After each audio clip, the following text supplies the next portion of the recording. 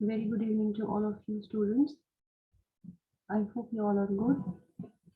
Yesterday we discussed women entrepreneurship, characteristics of women entrepreneurship and the problems she faced.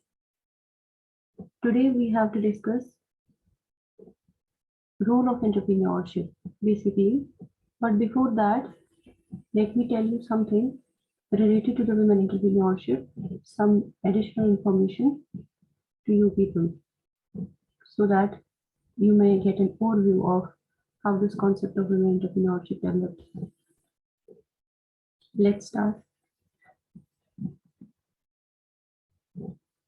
7th 5-year plan जब आपका आया, government of India ने जब 7th 5-year plan बनाया तो उसमें कहा गया कि वुमेन एंटरप्रेन्योरशिप जो है वो एक इकोनॉमी के लिए बहुत इम्पोर्टेंट है। मीन्स इकोनॉमिक डेवलपमेंट तभी होगी जब आपकी औरतें, एक कंट्री की औरतें जो हैं वो साथ में कंट्रीब्यूट करें इकोनॉमिक क्रिएशन में। वो इलिटरेट ना हो बल्कि लिटरेट रहें, वो एजुकेटेड रहें। साथ में ही एक कॉन्फ्रेंस रखी गई, ये national conference for women entrepreneurs रखी गई। कहाँ पे? न्यू दिल्ली में, जिसको हम national alliance of young entrepreneurs भी कहते हैं, 1989 में, जिसमें ये कहा गया कि nation and state government mean central and state government जो भी है उनको प्रमोट करना चाहिए वुमेन एंटरप्रेन्योर का पार्टिसिपेशन किसमें? Social and economic development programmes में। मींस वुमेन एंटरप्रेन्योर को social and economic development programmes में पार्टिसिपेशन कराने के लिए नेशनल एंड सेंट्रल लेवल पे जो सेंट्रल एंड स्टेट लेवल पे जो गवर्नमेंट है उनको औरतों को प्रमोट करना चाहिए, प्लस उनको फाइनेंशियल असिस्टेंस प्रोवाइड करनी चाहिए और अगर उनको कंसल्टेंसी सर्विसेज की जरूरत पड़ती है तो वो भी प्रोवाइड करना चाहिए। साथ में उनके एंटरप्राइजेस से अगर कोई प्रोडक्ट निकल के आता है तो उन प्रोडक्ट्स के लिए हमें फेयर्स एंड एग्जीबिशंस रखने चाहिए ताकि उनके प्रोडक्ट्स की एडवर्टीजमेंट प्रॉपर तरीके से हो। और ये सब कैसे पॉसिबल है? ये सब पॉसिबल है जब हम एक विमेन को एजुकेशन साथ में ट्रेनिंग ऑफ एंटरप्रेन्योरशिप प्रोवाइड करेंगे। और ये सारे एजुकेशन मिनिस्टर्स को कहा गया कि आपका काम है कि आप एजुकेशन और training related to the entrepreneurship among the women ये आपको देखना है। तो ये सारी चीजें जो है इस तरह से आपका जो वुमेन एंटरप्रेन्योरशिप का कॉन्सेप्ट है वो आहिस्ता आहिस्ता डेवलप हुआ, right.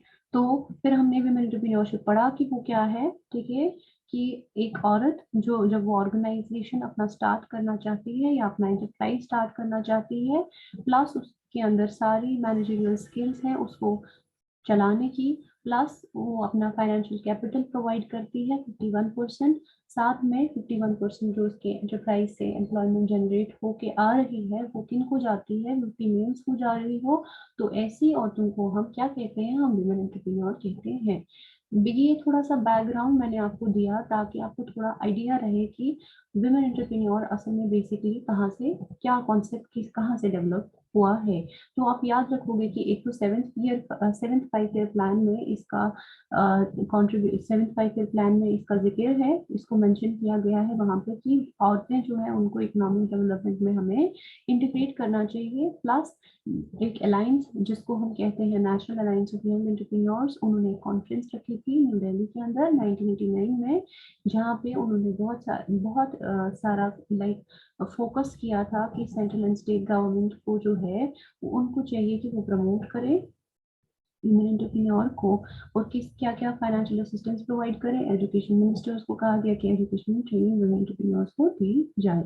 So these are some points which are basically I am repeating this why because थोड़ा सा बच्चे कंफ्यूज हो जाते हैं कभी कभी कि वुमेन एंटरप्रेन्योर का कॉन्सेप्ट कैसे आया, ठीक है। तो ये सारी जैसे एंटरप्रेन्योरशिप का कॉन्सेप्ट मैंने आपको स्टार्टिंग से ही बोला है कि अगर आपको कोई पूछता है कि who is the father of entrepreneurship, so you will say शाउटन, right. Like in the same sense जैसे आपको बिजनेस स्टडीज में कहा जाता है the father of management that is your Henri Fayol, या father of scientific management Frederick Winslow Taylor, या आपका father of economics that is Adam Smith, right. So इसी तरह से आपका एंटरप्रेन्योरशिप का फादर जो है दैट इज योर शम्टर, बिकॉज उसी ने ही कॉन्सेप्ट दिया है। सो आई होप यहाँ पे आपका जो पॉइंट है ये एंटरप्रेन्योरशिप का कॉन्सेप्ट यहाँ पे थोड़ा सा आपको ज्यादा क्लियर हो गया होगा।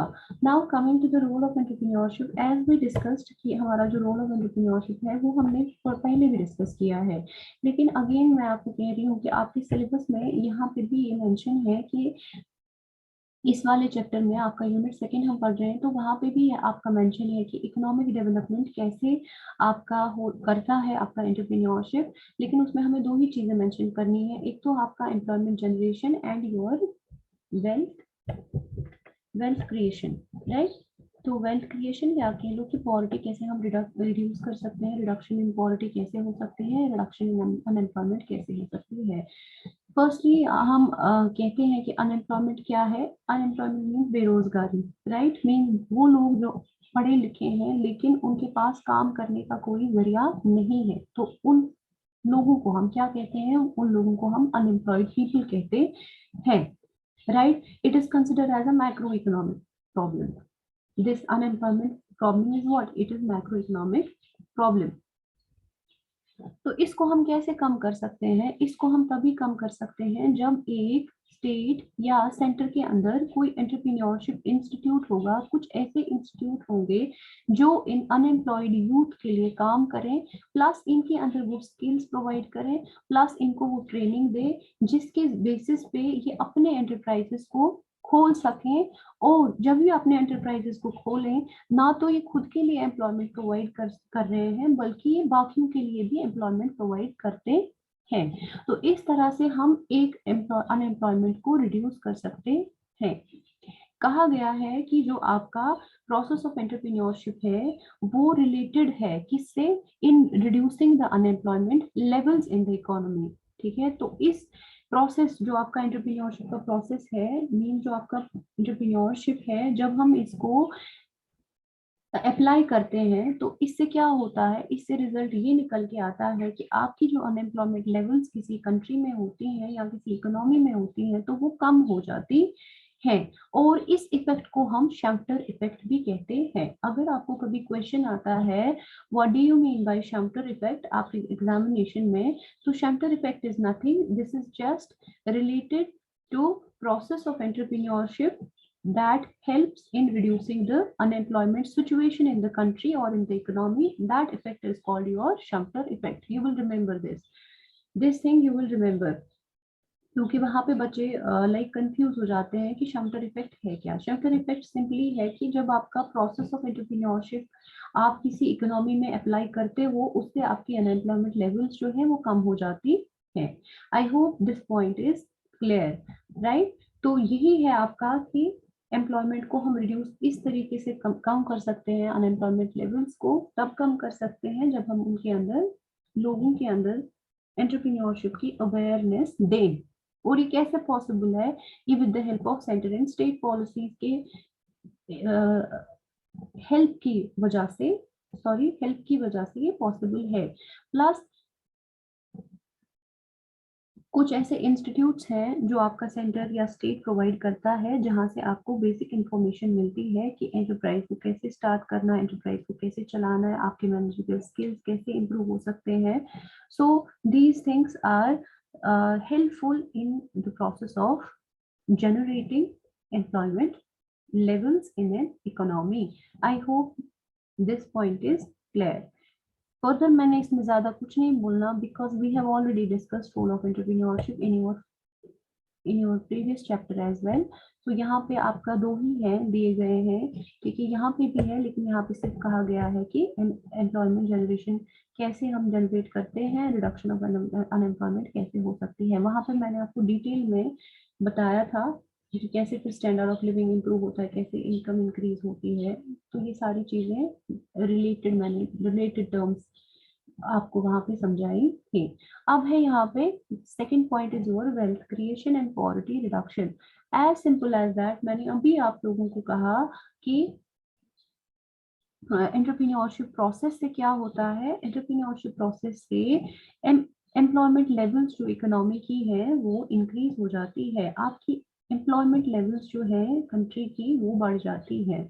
जब अनएम्प्लॉयमेंट लेवल्स इंक्रीज हो गई, अनएम्प्लॉयमेंट लेवल्स कम हो गई, एम्प्लॉयमेंट लेवल्स इंक्रीज हो गई, तो डेफिनेटली एंड डेफिनेटली वहां पे क्या होगा, आपका वेल्थ जो है वो क्रिएट होगा, राइट। आपकी पॉवर्टी जो है वो रिड्यूस हो जाएगी, पॉवर्टी रिडक्शन। पॉवर्टी हम किसको कहते हैं, जहाँ पे लोगों के पास बेसिक नेसेसिटीज ऑफ लाइफ नहीं हो, राइट। जहाँ पे पॉवर्टी, पोअर स्टेट हम या पोअर कंट्री हम उस कंट्री को कहते हैं, या पोअर स्टेट हम उस स्टेट को कहते हैं जहाँ पे लोगों के पास बेसिक नेसेसिटीज नहीं हो, ठीक है।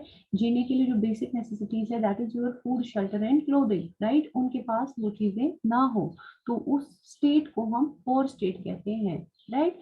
तो ये कैसे, हम इसको कैसे कम कर सकते हैं, ये हम इसको कम कर सकते हैं with the help of your entrepreneurship, by making people aware about what is entrepreneurship and how they can inculcate skills and training related to the entrepreneurship. उससे क्या होगा, उससे अल्टीमेटली रिजल्ट ये आएगा कि आपके एंटरप्राइजेस खुल जाएंगे, और जब एंटरप्राइजेस खुले, चाहे वो स्मॉल स्केल के हो चाहे वो लार्ज स्केल के हो, राइट, तो जब एंटरप्राइजेस खुले तो दूसरे बंदे को भी एम्प्लॉयमेंट मिलेगी, साथ में उस बंदे को भी एम्प्लॉयमेंट, जिसने अपना एंटरप्राइज खोला, अब वो किसी का मोहताज नहीं है, उसको एम्प्लॉयमेंट की जरूरत नहीं है, साथ में वो दूसरों को भी एम्प्लॉयमेंट दे रहा है।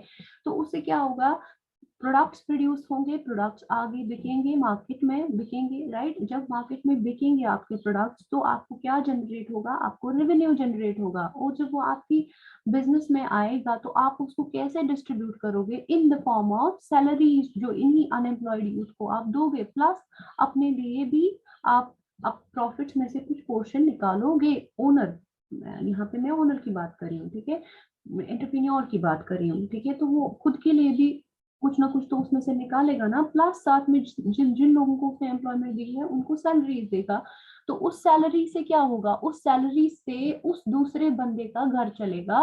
अभी तक अगर उसके पास खाने के लिए कुछ नहीं था तो वो अब ला सकता है, अगर अभी तक उसके पास रहने के लिए जगह नहीं थी तो वो अब रेंट पे रह सकता है, या तो अपना ही मकान बना सकता है, या उसके पास कपड़े नहीं थे पहनने के लिए, राइट, तो वो कपड़े भी खरीद सकता है। दिस इज हाउ उसकी जो बेसिक नेसेसिटीज है उस बंदे की जिसको एम्प्लॉयमेंट मिली, प्लस एंटरप्रेन्योर की खुद को जो उसके अंदर उस ये बेसिक नेसेसिटीज उसके लिए नहीं थी, राइट, उसको भी ये बेसिक नेसेसिटीज प्रोवाइड हो गई, और साथ में दूसरे बंदे को भी मिल गई। तो इससे क्या हो गया, इससे ये चीज हो गई कि आपकी पॉवर्टी जो है वो कम हो गई, राइट, और आपकी वेल्थ जो है फर्दर, जब आप आपको कंटिन्यूअसली आती रहेगी, मंथली मंथली बेसिस पे आपको रेवेन्यूज आते रहेंगे, आपको सैलरी आती रहेगी, तो आप मत फिर सिर्फ बेसिक नेसेसिटीज पे उन्हें स्पेंड करोगे, बल्कि आप उनको बाकी चीजों में भी अप्लाई करोगे, राइट। तो बाकी चीजों में जब आप उनको अप्लाई करोगे, मीन्स आपका स्टैंडर्ड ऑफ लिविंग बढ़ रहा है, और जब आपका स्टैंडर्ड ऑफ लिविंग बढ़ रहा है तो आप इन्वेस्टिंग एक्टिविटीज भी दोबारा से खुद से भी कर सकते हो। तो उससे क्या होता है, फाइनली उससे ये चीज हो जाती है कि जब आप इन्वेस्ट करते हो तो आपको टैक्सेस भी देने पड़ते हैं, राइट। तो जब आपको टैक्सेस भी देने पड़ रहे हैं तो वापस से वो पैसा कहाँ पे आता है, वो वापस से आपकी गवर्नमेंट के पास आता है, और जब गवर्नमेंट के पास आता है तो उससे क्या होता है, उससे इंफ्रास्ट्रक्चरल बिल्डिंग डेवलप हो जाती है, आपकी ओवरऑल इकोनॉमी जो है, आपकी ओवरऑल वेल्थ जो है वो इंक्रीज हो जाती है। I hope this point is clear as well. This was uh, this was mentioned in your last unit, sorry, first unit as well, and this topic is mentioned in your in this unit in your second chapter as well. So I hope this thing is clear. And ये question definitely indefinitely आता है. What is the role of entrepreneurship in economic development? It is always या तो आपका long answer type का question आता है, या तो आपका 4 मार्क्स का क्वेश्चन आता है, लेकिन ये आता है, जरूरी है, जरूरी आता है। सो you will remember this topic very important topic है ये आपके लिए, तो ये आप याद रखोगे। I hope this is clear. तो यहाँ पे आपका जो ये टॉपिक है वो कवर हो जाता है, सेकेंड यूनिट भी आपका कवर हो जाता है। इसमें कोई उतना सिलेबस नहीं है। सी मोस्ट ऑफ द स्टूडेंट्स को कंफ्यूजन है कि एंटरप्रेन्योरशिप कोई ऐसा तूफान है कि उनको समझ नहीं आएगा। No, this is very simple, और आपका सिलेबस भी बहुत ही कम रखा गया है ताकि आप पहले आपको बेसिक्स समझ आए, आपको समझ आए कि एंटरप्रेन्योरशिप है क्या। सो बाकी सारा जो इसका एंटरप्रेन्योरशिप का जो प्रोसेस है, मैंने कहा है, बार बार कहती आ रही हूँ कि अल्टीमेट रिजल्ट ये कन्वर्ट हो जाते हैं बिजनेसेस में, ठीक है। तो इसीलिए इसका थोड़ा जो है बेसिक्स पता होनी चाहिए। बाकी ये सारा जिस तरह से बिजनेस चलता है उसी तरह से एंटरप्रेन्योर जो है अपने एंटरप्राइज को चलाता है। वहाँ पे वहाँ बिजनेस में आपके बैलेंस शीट बनते हैं, एंटरप्राइजेज में भी आपके बैलेंस शीट बनते हैं, प्रॉफिट एंड लॉस अकाउंट बनता है, तो हर एक इस एंटरप्राइज में भी बनता है। ये लास्ट में शेप लेता है बिजनेसेस की ही, ऑर्गेनाइजेशंस की ही शेप ले लेता है। बार बार मैं ये कहती आ रही हूँ, and you have to remember it.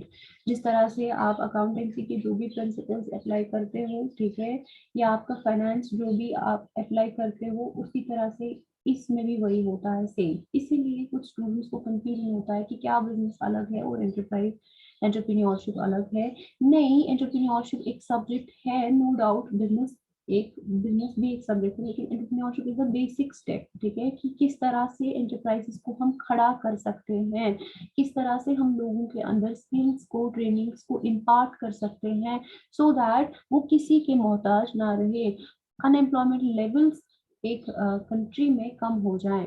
तो इसलिए इस सब्जेक्ट को इंट्रोड्यूस किया गया है, and there is nothing to worry about it, and there is nothing special about it, and there is nothing confusing about it. Please make clear these confusions. अगर अभी भी किसी को confusion है तो you can directly contact me. You have my contact number as well, and I'm also added in your group. So thank you very much.